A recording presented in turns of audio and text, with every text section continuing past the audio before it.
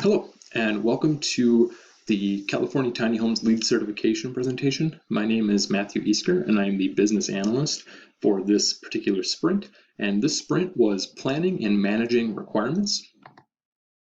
To start, we're going to talk just briefly about the Business Analyst Core Concept Model, or the BAPM. The Business Analyst Core Concept Model is a framework that outlines how a change in an organization will take place. So it uses 6 contents to basically guide a business analyst or a business in the process of which they will take in order to create change successfully. Those 6 components are the change, need, solutions, the context, value, stakeholders, and tasks. So the change is the transformation taken, obviously.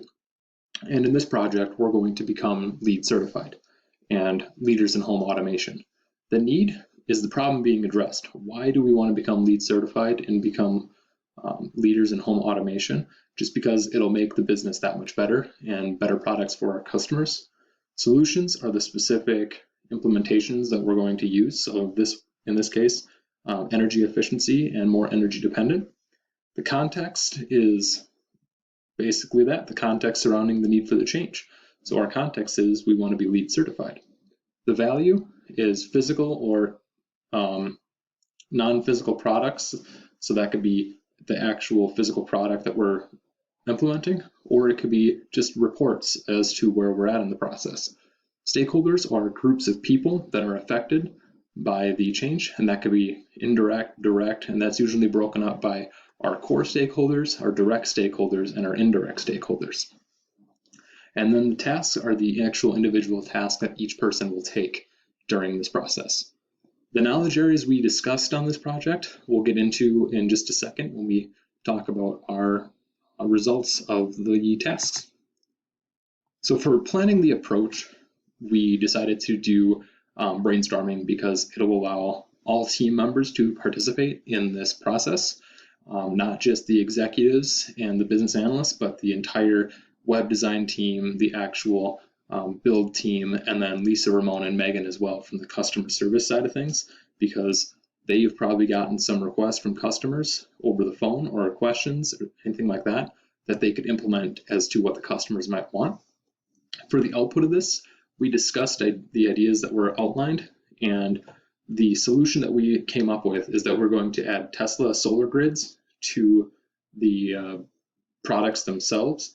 They're relatively inexpensive, and the energy output that they will implement on the houses are going to be extremely nice and cost efficient, as well as tinted insulated windows for heat retention, so we don't lose our heat and have to keep running our heat, as well as privacy. Stakeholder engagement.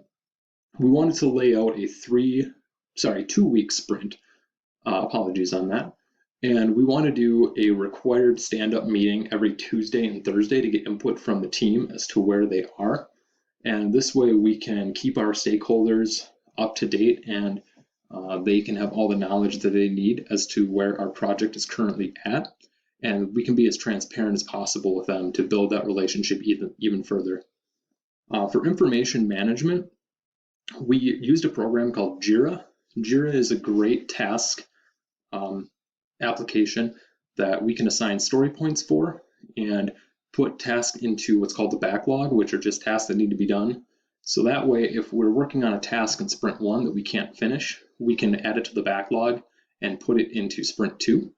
And we can also see discussions on the task themselves. So if you run into an issue, you can make a comment on the task, and whoever is the admin for it can follow up on that, read that, so they know what's going on.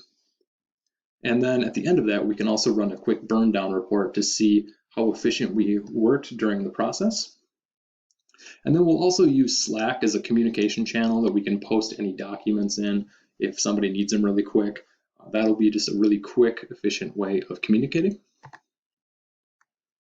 And then for the business analysis performance, we're just going to get together at the end of the sprint and as a team and discuss the performance of the business analyst. So inputs from each team member, depending on how they wanted the approach to go, and they will write what their critiques were, what went well, what didn't go well, and what we could change in Sprint 2 to make that even better, and the effectiveness of the meetings that we had, and if we should dedicate more or less time. And that will ensure all of the sprints going forward will be even better than the first sprint. So that is the conclusion of Sprint 1. Thanks for watching.